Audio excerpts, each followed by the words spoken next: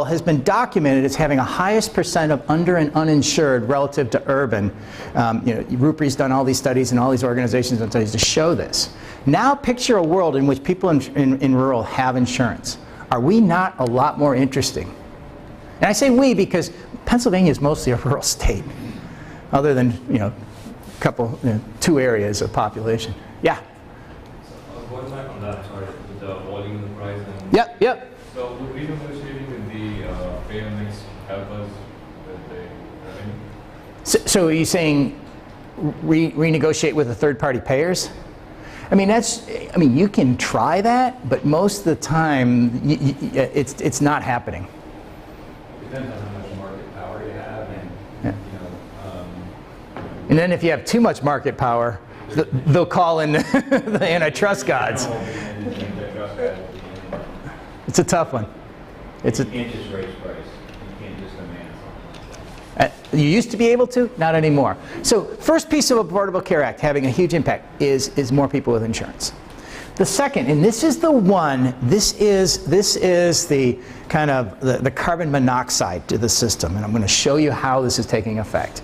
And the carbon monoxide is that the update factors going forward for inpatient payment and outpatient payment, that what is Medicare said, what we're going to do is we're going to look at the inflation rate, and a lot like we just talked about the sustainable growth rate for physicians, any productivity gains in the system in the past year, we're going to take off that inflation. And then we're going to take off another, first of all, it was 0.5%, now it's 0.75%, and in the future it's going to move to a whole percentage point and so your costs are going up 3%, but we're going to take off any changes for productivity, so let's take off 0.5% there, and then we're going to take off, say, 1% because we're the government and we can. That's big, and let me show you what that means in regulation. And then there's all of these other things that are going on. Disproportionate share payments are going down, the meaningful use. There was all this incentive money around meaningful use. Hospitals transitioning to electronic health record. I can't tell you the number of rural hospitals I visited. They were using the incentive money to balance the books. Because if it wasn't for the incentive money, they would have shown losses. And so all of this is all coming out of the system. In regulation, this is what it looked like. So back in 1916, going in to establish the rate for 2017, this is inpatient services, they said, this is the regulation that came out. It said, hey, we're going to, Office of the Actuary, using the mid-session review of the President's budget, we are making a negative 1.5% adjustment to inpatient payment. Now, whose costs are going up negative 1.5%? Okay, so that was 16 payment rate. Now here's 17. This is the 17 for the 18 payment. Here was the formula. We're going to look at the inflation. We're going to back off for productivity. We're going to back off 0.75 because we're the government and we can. And we're going to look at this. Ultimately, there's some other calculations. We're going to give everybody a 1.6% increase in inpatient payment. Whose costs are going up 1.6%? On the and then this is going into 19. So this was just the rule that came out in 18 for rural hospitals. We are going to give you a 1.1% increase in inpatient payment for rural hospitals. Right? We're going to take that to the bank. And the outpatient side, it's the same thing. In physician payment, the updates are 0.5% adjusted for productivity, so they're generally running around the 0.38 to 0.40 increase. Whose costs are going up 0.4%, especially around physicians? So going back to this equation of price times volume equals net revenue, right? This is an attack on price by your largest payer, Medicare. Right? When price is going down relative to cost, and we live in this world, price times volume is net revenue, how do we maintain profit?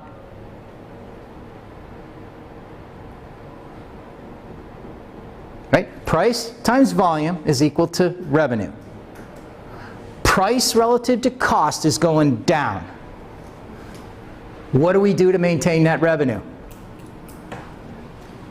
Come on, wake up. I'm going to have you guys stand up and do 5 jumping jacks. Wait, the increased volume. Absolutely. We got start here. It's getting warm. Eat it quick. But didn't we just talk about volume? And volume's going down. So what do we do now? Focus on area like rural area. Expand your catchment area. Right? You grow out into rural because the big hospitals living next to each other have been beating their cells together for years and years and years, and all of a sudden rural, which now has insurance. Let's go for them. And what are you seeing in Pennsylvania? Do you see the big boys expanding out into rural? Is it making more sense now? Yes. And the last piece, or there's another strategy. Here's the other strategy. The third piece of the Affordable Care Act that I think is great, and this is not under attack at all. As a matter of fact, Alex Azar, the new director of HHS, is a big fan of this, and I'll show you his kind of belief in how to transform the healthcare system. The government, said, under the Affordable Care Act, they said we're just not going to pay for volume anymore. We're going to tie some quality strings. So they came up with all these quality reporting, healthcare acquired condition policy, readmission payment, value-based purchasing, all of these programs that they attach some type of quality string to volume, to payment. And then they came up with this concept called the Accountable Care Organization, the ACO. Now, who can explain an ACO in 30 seconds?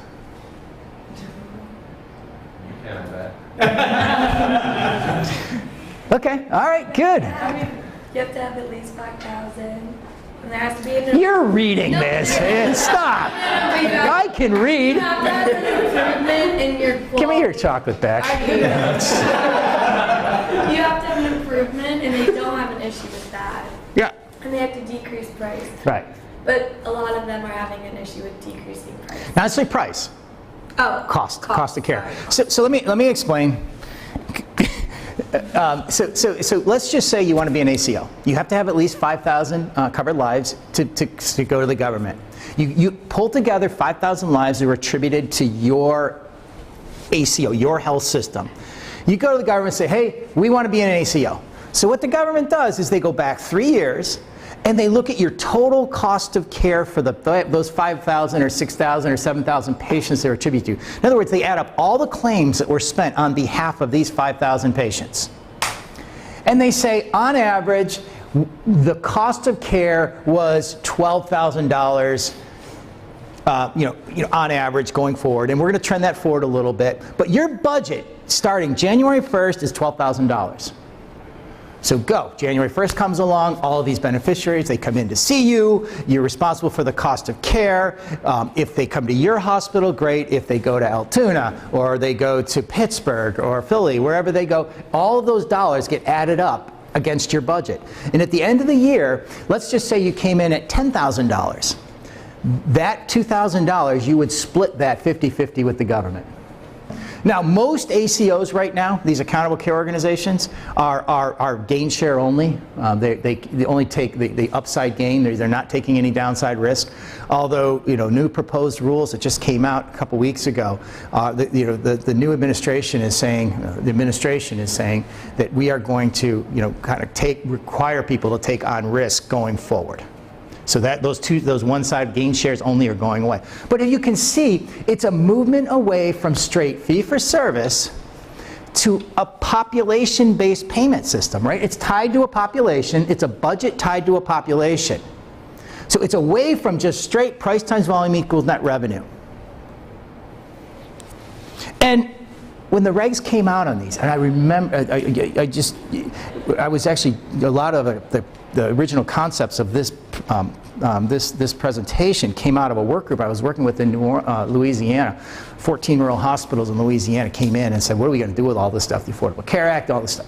And at the time, the market's response to the regs around ACOs were, there's like a unicorn, we're never going to see them, they're just not going to happen.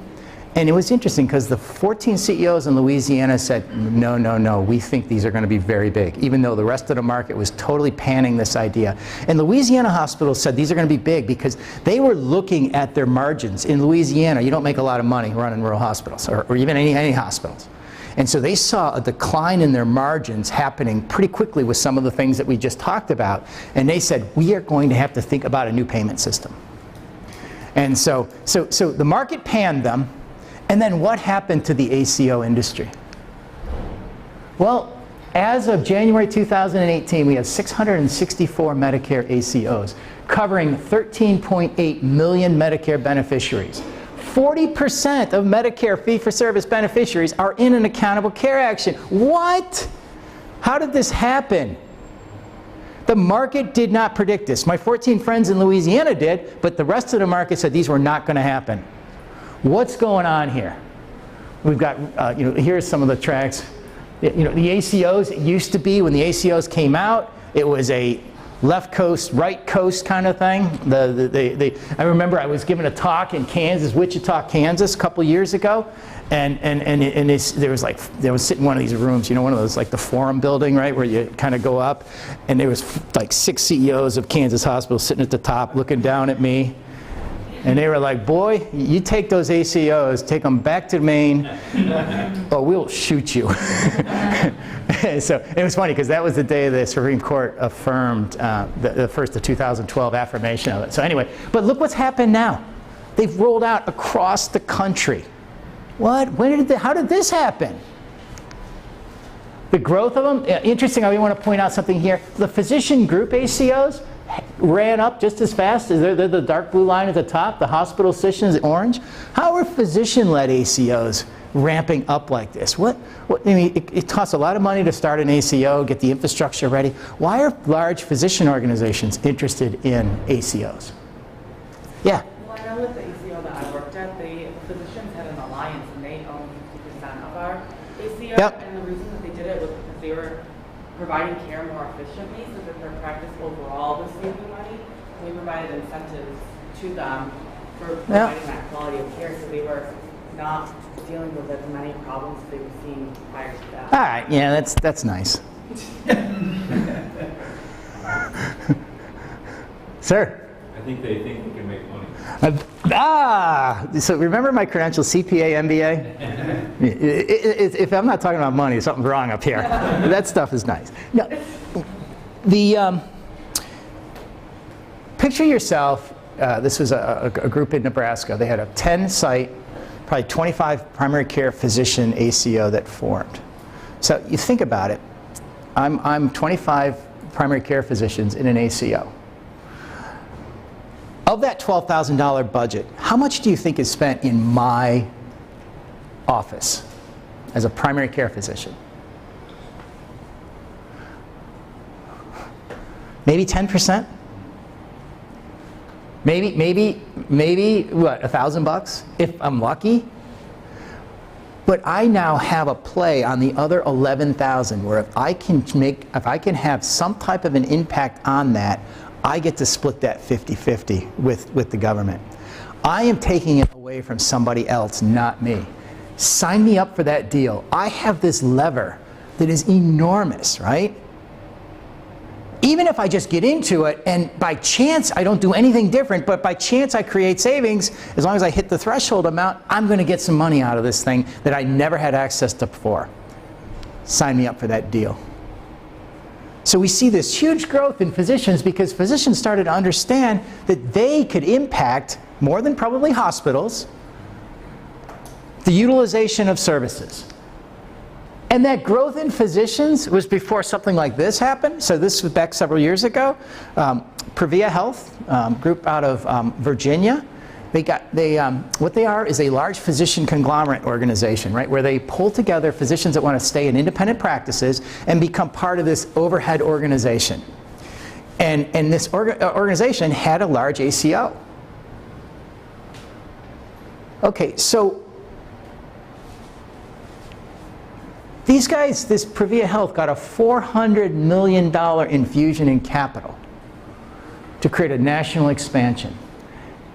And so here I'm going to ask you a question. Do you think they got $400 million from, this little company right here?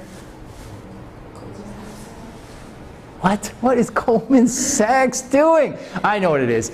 Goldman Sachs heard that primary care physicians are undercompensated relative to cardiologists and orthopedic surgeons. So Goldman Sachs wants to get primary care physicians more money.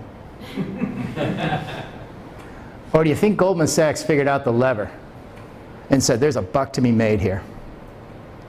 Yeah, so all of a sudden, physicians, primary care physicians, of which lives are attributed, have significant value.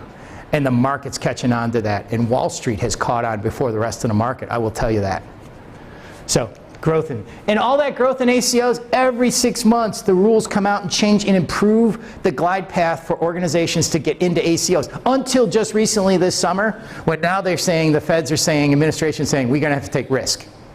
That's the first time there's been a hiccup in there. But all these, look at all these rules. Look at the next generation model. The interesting thing here, look at how far the government said they're willing to go if you're willing to take risk. They said, we are willing to pay you up to capitation. In other words, your budget, that $12,000 times the 20,000 members that you have, we'll give you 1/12 of that a month. Have at it. Spend as you will. The government was never interested in capitation deals before unless you're a Medicare Advantage plan. All right? So another ACO model came out, right? The track 1 came out. This was classified as a